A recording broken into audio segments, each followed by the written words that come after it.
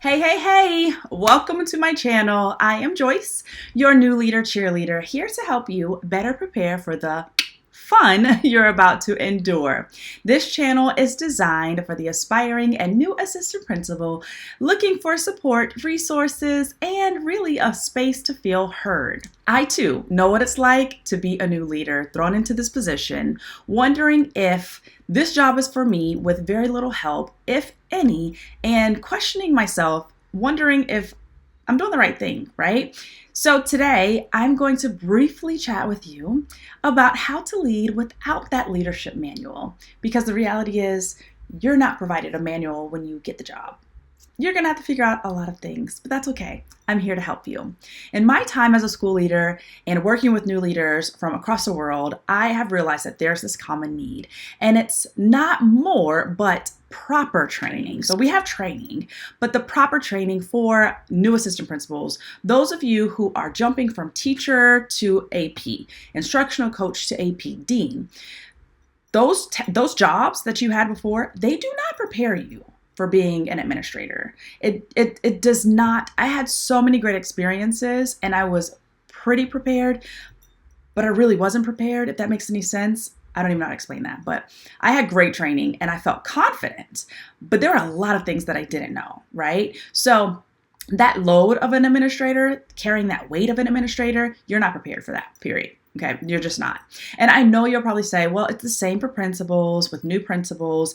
There's nothing like that position. An AP, you're not always prepared or you're not always ready, or, it's just completely different, however people say it. But that's not my zone of genius just yet. So I'm just going to focus on assistant principals right now.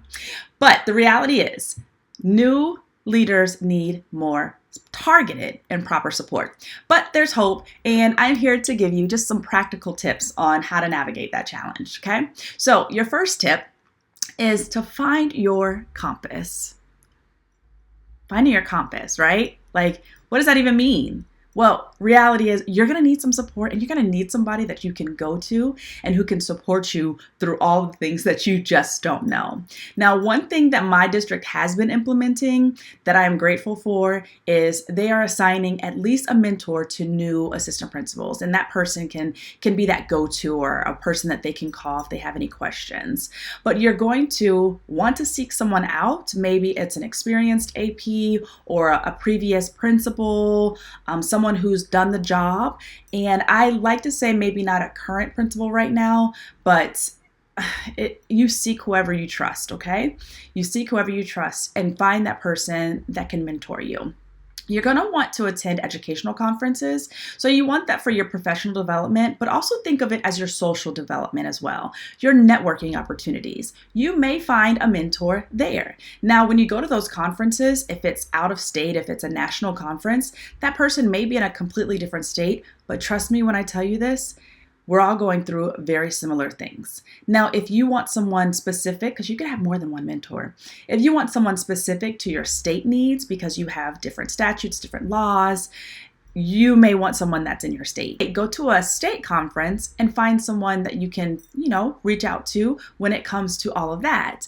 And if you want to get down to even more specifics because you need someone that you can call and say, hey, what's the website? Where do I go for?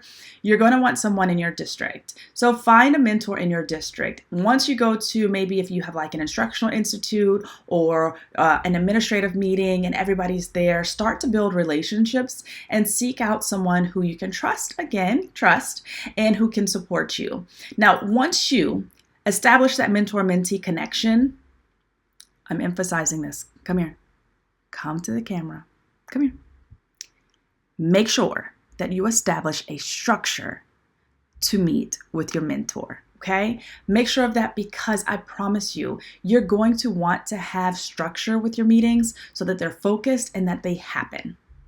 Because if you do not, you're probably just going to be calling and asking for something, calling and inventing, and you want to continue to learn from this person as well. And this is why I created Elevate the New AP Mentorship Manual, because it has 11 structured sessions that you can go through with your mentor that helps you to better prepare. So you can do this monthly, weekly, bi-weekly, whatever it is that you guys choose, but it's 11 sessions also with homework so that you can take back what you just learned, implement it into your school day, come back and seek feedback.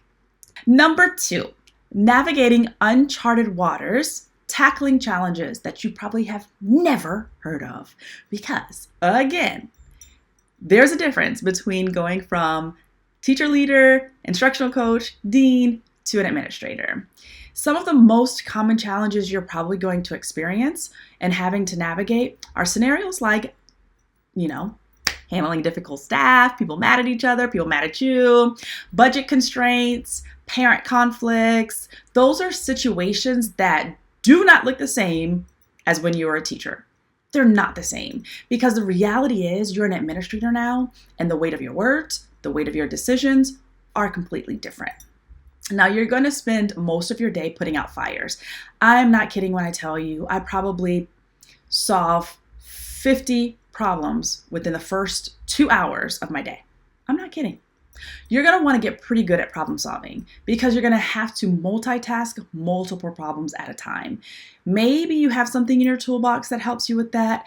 Probably not, because you probably have never thought of it that way. But listen to Joyce when I say, think of a structure, a framework that helps you to solve your problems. Here's an example. Assess, analyze, act. AAA. Okay, so when I'm faced with a problem, I'm going to AAA. I'm going to assess the situation, analyze the situation, and act on the situation. Or you can do something like gather information, consider options, choose the best course. Those are frameworks that help you to problem solve so that you don't put the cart before the horse. Your decision-making skills will come to the forefront really quickly.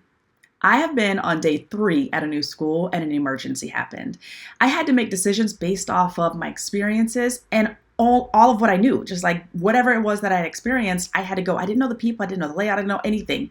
So based off of my experience, I was able to put out that fire. You're gonna make thousands of decisions based on data, seeking input from stakeholders. You're gonna have to make decisions based on so many different things. You want to have true framework that can help you process that.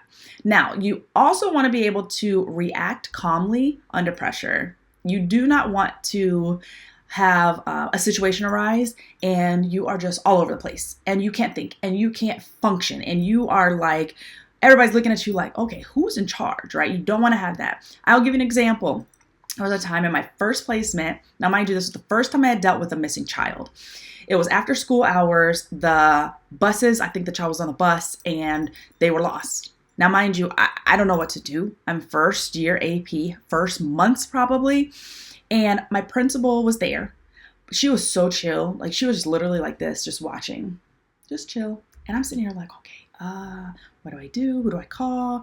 And I'm trying to process like, all right, what do I know already, like from whatever training I had over the summer or whatever training I had in my past? And then here and the things that I've learned now, what do I do? And she's watching me. I'm like sweating, right?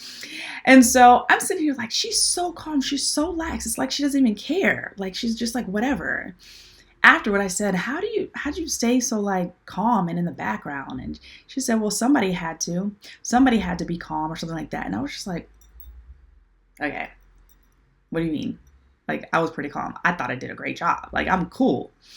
But I think that her coaching, right? That was like a coaching moment for her was just chill. Everything's going to be okay. You have to be calm under pressure. So I took that away. Make sure that you're calm under pressure. Now, I am like fourth quarter player. Like, it is what it is. Throw whatever at me. It's going to get done. And it's going to be done real smooth. Number 3, fueling your journey, utilizing those resources effectively. Now, you are going to have to accumulate some resources, not just the tangible ones, right? But also the ones that are going to answer the phone when you call, because you're going to need something. So you may have a planner, you may have your Outlook calendar. Those are great resources that you're going to need and you're going to need to learn how to utilize effectively. But also, too, think about the professional development opportunities that you can go to. I know right now my state is gearing up for theirs. I'm presenting at a session and I'm hearing talk of people already signing up and I'm like, oh my gosh. but we have to go to these professional development opportunities. Think about online resources. What online resources can you make sure that you have tabs to, right? Is it a blog? Is it my website? Is it my newsletter, right? Okay, cool. Anyway, and specific school resources based on your needs. Think about those things. Are you going to go to a Kagan Institute where you can learn Kagan strategies, or are you going to send staff because your students need collaborative structures? So you're going to need to know all of those resources. You're going to also need to start collecting numbers, phone numbers of people who you can call when. Think about these people. Emergency management. So if there's an emergency on campus, who do you call? When you have your fire drill, who do you call? Maintenance. Pipes burst. You come into school, pipes are burst, and you're getting phone calls before you even get to school. Who are you calling? Because guess what? That's another thing that's happened to me before. I didn't have maintenance in my cell phone. Okay, get maintenance in your cell phone. Put some of these numbers, these key players, put their numbers in your phone because you never know when you'll need them. Discipline, who are you calling to know, is this situation a level 4? Is this situation a threat? Is this situation, right? Do I suspend this child for this? Who do you call? And student enrollment, you get a student from another country. Like we get a lot of students from Brazil and their school year is different than ours, right? So if they come in February, they just completed a school year, but now they're in the middle of our school year. What grade do you place them in? Okay, those are things that you're going to want to have, those tools, those resources in your toolbox so that you are ready to solve that situation quickly. You're also going to want to establish time management strategies. In my Leading with Confidence workshop, I go over a few of these. One of them that I really like, and I gave the resource to the participants, it was the Eisenhower Matrix. And that Eisenhower Matrix is fantastic because it gives you a quadrant, and it's urgent versus not urgent, etc. And it makes you to really prioritize and delegate. Delegation will be so hard for you, I'm pretty sure, but we're going to have to do it, okay? But you only want to delegate the tasks that are appropriate, and you want to make sure you handle the tasks right away that are urgent. So those types of thought processes. As a new leader, you're going to have to figure out a lot on your own. So I hope that this video helps you. Remember, one, you have to find your compass. Go seek your mentor, your coach. If you're not provided one, you're going to have to find one, and that's okay. But please don't not do it, okay? Because I want you to be successful quickly.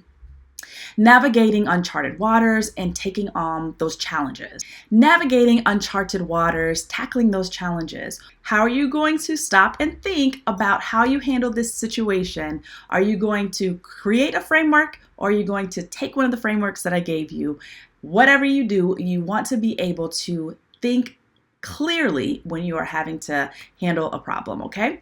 Fueling your journey, utilizing resources effectively. Go ahead, start that Rolodex.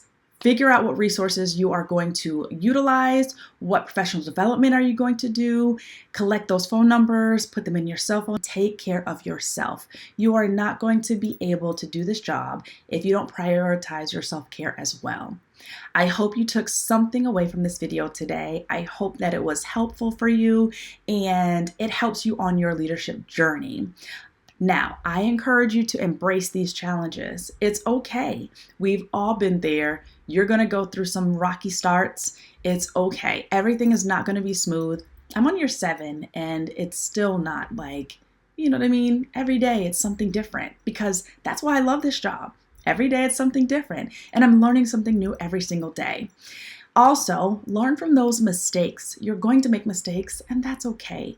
Just don't make them over and over again because that's silly. Right? Lead with passion. Do not forget that you got into this position for a reason. You have to lead with passion. Whether you are aspiring to be an administrator and you're going into your interview, lead with passion. They need to see that you love your job, you want to do this job, and you're not going to like it every single day, but you love it, okay? And if you're looking and you're ready for support on your journey, seek me. I am here to help you. I invite you to connect with me and check out alvepro, alvepro.com.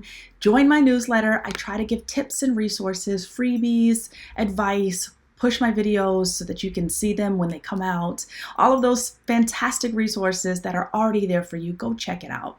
And know that I am here to coach you through all this, whether you want one-on-one coaching, group coaching, or if you just want to watch the videos to get some informal coaching, whatever you want, whatever you need, I am here to provide those things for you.